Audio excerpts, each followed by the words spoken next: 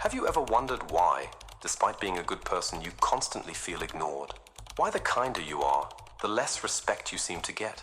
What if kindness, the way you were taught, is just a mask? A well-decorated trap that keeps you from living authentically? Everyone sees what you appear to be. Few feel what you really are. These words from Machiavelli weren't written to hurt, but to awaken. To awaken a consciousness you may have been suppressing your entire life in a desperate attempt to be accepted, understood, loved. The world taught you that being good was the key to everything. Since you were little, you heard that the good guys win, that justice prevails, that kindness is an unstoppable force. But here's a harsh truth. What if all of that is just a beautiful story told to keep you tame, predictable, controllable? The truth is, you're tired. And it's not ordinary tiredness. It's a silent, deep exhaustion, the kind that comes from constantly erasing yourself to please others. You swallow your anger to keep the peace. You fake smiles so you won't disappoint. You shrink yourself, hoping the world will recognize your humility. And all of this with a knot in your throat because deep down, way down, you know this isn't working. You feel that something's off, and it is. In this video, we're going to tear through the veil of naivety. We're going to confront, without filters, the romanticized idea of being a good person. Not to glorify coldness or cruelty, but so you can finally understand that living to please others is the fastest way to lose respect, including your own. This message is for you, the one who's been called too nice, as if it were a compliment, yet felt the condescending tone behind it. For you who are drained from giving and getting nothing in return, who has forgiven too much, stayed silent too long, and was still discarded as if you didn't matter. And that's where Machiavelli comes in, not as the villain history painted, but as one of the first to face reality head-on. He didn't write to teach evil. He wrote to teach strategy, to show that the world doesn't reward purity, but perception, that it's not enough to be good. You have to be seen as someone who sets boundaries. Let's dive into this awakening. It might hurt, but it's necessary, because continuing to live as the nice guy in the group, the understanding one in the family, the one who accepts everything at work, is tearing you apart inside. And if you don't act now, that mask will stick to your face. It will become your identity. And one day, you won't even know who you are without it. Today marks your break from submission disguised as virtue. Today you stop trying to be a good person and start becoming a whole person. You weren't born trying to please. This hunger for approval, this urge to be seen as nice, understanding, peaceful, that was taught, or better said, conditioned. From early on, when someone told you, don't do that, it's bad, or be a good little boy, girl, what they were really planting was fear. Fear of rejection, fear of being seen as bad, fear of being punished simply for being human, with anger, with desires, with your own opinions. And you learned. You learned to adapt, to smile when you wanted to scream, to hold back tears, to apologize even when it wasn't your fault. And the most tragic part? You called that virtue. But here's the raw truth. That was never kindness. It was survival. A sophisticated form of fear, a defense mechanism disguised as niceness. And the more you repeated this pattern, the further you drifted from yourself. Suddenly, your life was no longer yours. It became a performance designed to keep others comfortable. A stage where your pain was hidden behind the curtain. How many times did you say yes when you wanted to say no? How many times did you stay silent just to avoid seeming rude?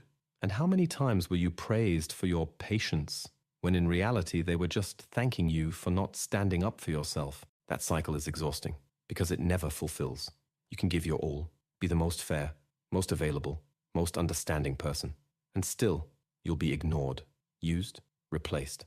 Because the truth is, the world doesn't respect those who don't set boundaries. As Machiavelli put it so well, a man who wishes to act entirely up to his professions of virtue soon meets with what destroys him among so much that is evil. That quote hits like a punch, but it's a necessary one, because while you're busy trying to maintain the image of being a good person, others are making decisions, taking up space, asserting their will. And you're asking for permission just to exist. That's not a life lived. That's a life allowed by others. It's hard to accept, but many times your kindness was just a way of disappearing. You called it empathy, but it was fear of confrontation. You called it understanding, but it was terror of abandonment. You called it humility, but it was low self-esteem in disguise. Your kindness became the most subtle form of self-sabotage, and the price for that is incredibly high. Every time you swallow your truth, you swallow a piece of your dignity. Every time you forgive the unforgivable, you drift further from self-love. Every time you accept the unacceptable, you reinforce the belief that you don't deserve more. But there is an awakening, a silent rupture that begins when you finally look in the mirror and say, enough. Being good can no longer mean erasing yourself. Being good can no longer mean being passive. Being good can no longer mean being last in line in your own life. There is a new kind of kindness, firm, clear, honest, and it begins when you stop trying to please and start respecting yourself. Niccolo Machiavelli was not the monster that popular history made him out to be. He wasn't an advocate for evil. He was simply an uncomfortable observer, uncomfortable because he said what no one wanted to hear. While many wrote about how the world should be, Machiavelli had the audacity to write about the world as it actually is, and that alone was enough to make him an enemy of the idealists, because most idealists would rather cling to sweet illusions than face bitter truths. But Machiavelli didn't bow to romantic morality. He didn't sugarcoat reality. He showed that behind the facade of civilization, what truly moves the world is self-interest, fear, and power. And whether we like it or not, that is what determines who will be respected and who will be ignored. In The Prince, he writes, "It is much safer to be feared than loved, if you must choose between the two." This phrase, so often misunderstood, is not a glorification of terror, but a statement about human behavior. Machiavelli understood that respect isn't born from kindness, but from the perception of consequence. People only take you seriously when they know that crossing your boundaries comes with a cost. You can be fair, generous, have the purest heart, but if you're not perceived as someone who commands respect, you'll be treated as disposable, because the world doesn't respond to your intentions. It responds to your presence. And presence is not volume. Presence is clarity, it's firmness, it's emotional authority.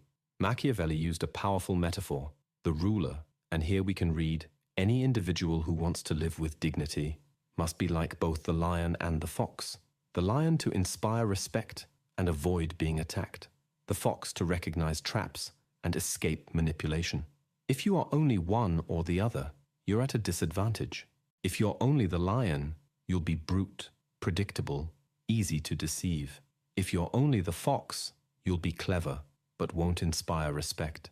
But when you are both, clever enough to recognize when you're being manipulated, and strong enough to make people think twice before underestimating you, then you become the sovereign of your own life."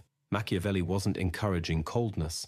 He was teaching you not to be naive, not to be manipulated by the myth that being good is enough for good things to happen to you. Because, as he himself wrote, "He who always acts like a good man is bound to perish among so many who are not." And here's the point. You don't need to abandon your values. You need to stop using them as handcuffs. Being truly good requires wisdom. It requires strategy. It requires knowing when to step back and when to confront. It requires you to stop apologizing for your existence and start occupying the space that is rightfully yours. Machiavelli didn't write The Prince just for rulers. He wrote it for anyone who has decided to stop being a pawn in someone else's game and start taking control of their own board. So I ask you, how many times have you been the fox? And how many times were you just the lamb? Saying no is an art. And like any true art, it requires courage. Courage to withstand disapproving looks, to face the discomfort that comes when you stop being useful to others and finally start being useful to yourself. You grew up believing that denying something to someone was selfish, that setting boundaries was being insensitive, that disagreeing meant a lack of love. And because of that, throughout your life, you became someone who says yes while bleeding inside, who makes themselves available even when completely drained, who fakes patience even when already broken. But here's a truth you may have never heard so clearly. Every yes you give to others unwillingly is a no you give to yourself. And that's not noble. That's self-abandonment. Machiavelli reminds us, with the coldness only realists possess, that respect isn't born from blind kindness, but from the perception of firmness. The world doesn't respect those who bow to everything. It respects those who stand their ground, who have boundaries, who, even when kind, know how to be unyielding when necessary. The idea that you have to choose between being good and being respected is a dangerous lie.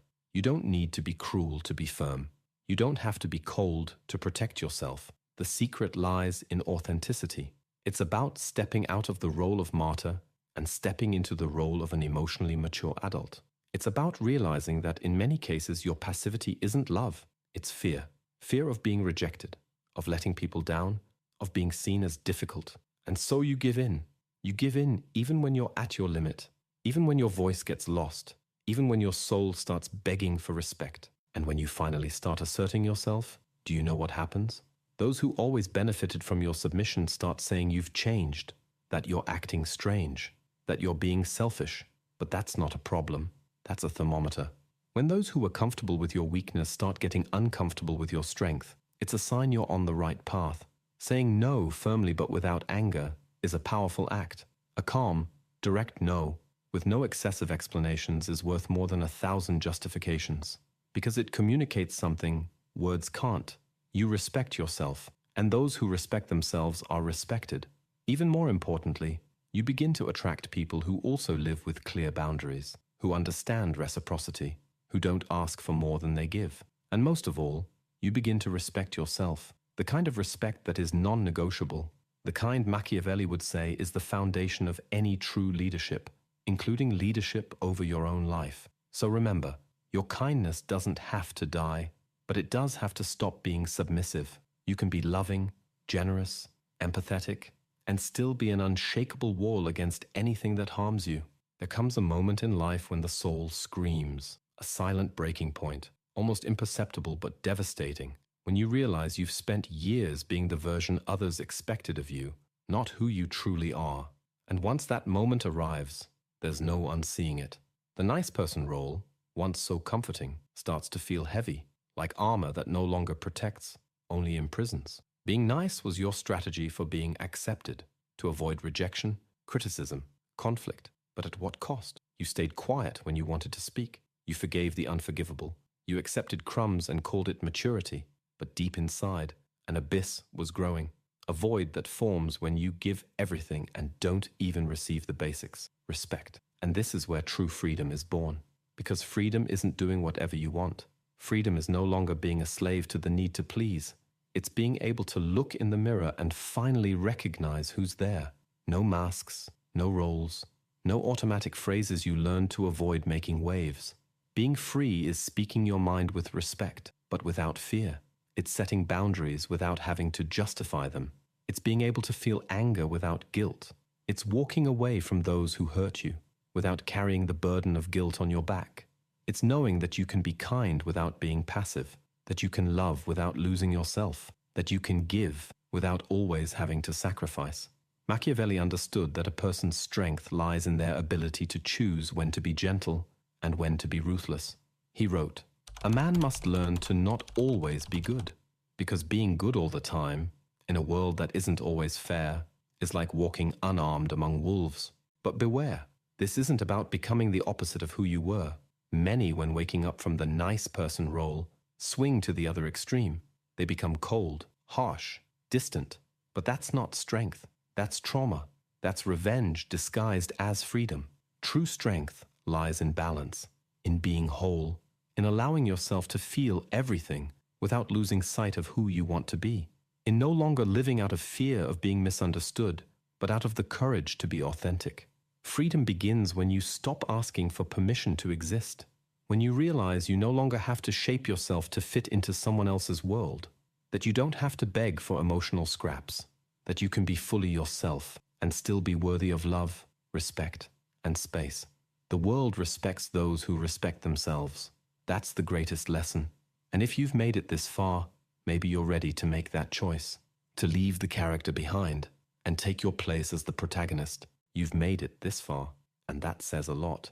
It's not easy to look inward and realize that behind your kindness, there was fear, that your generosity was often a desperate attempt to be accepted, that you lost yourself trying to fit into spaces where you never truly belonged.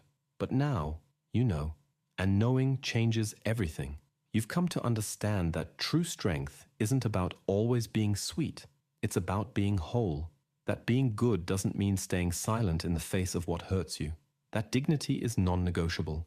that empathy is not self-abandonment. You don't need to be cruel, but you also no longer have to be anyone's emotional doormat. Remember that quote from Machiavelli? Everyone sees what you appear to be, few experience what you really are. It's time to be more than appearance. It's time to become presence, a presence that commands respect, that sets boundaries, that speaks the truth.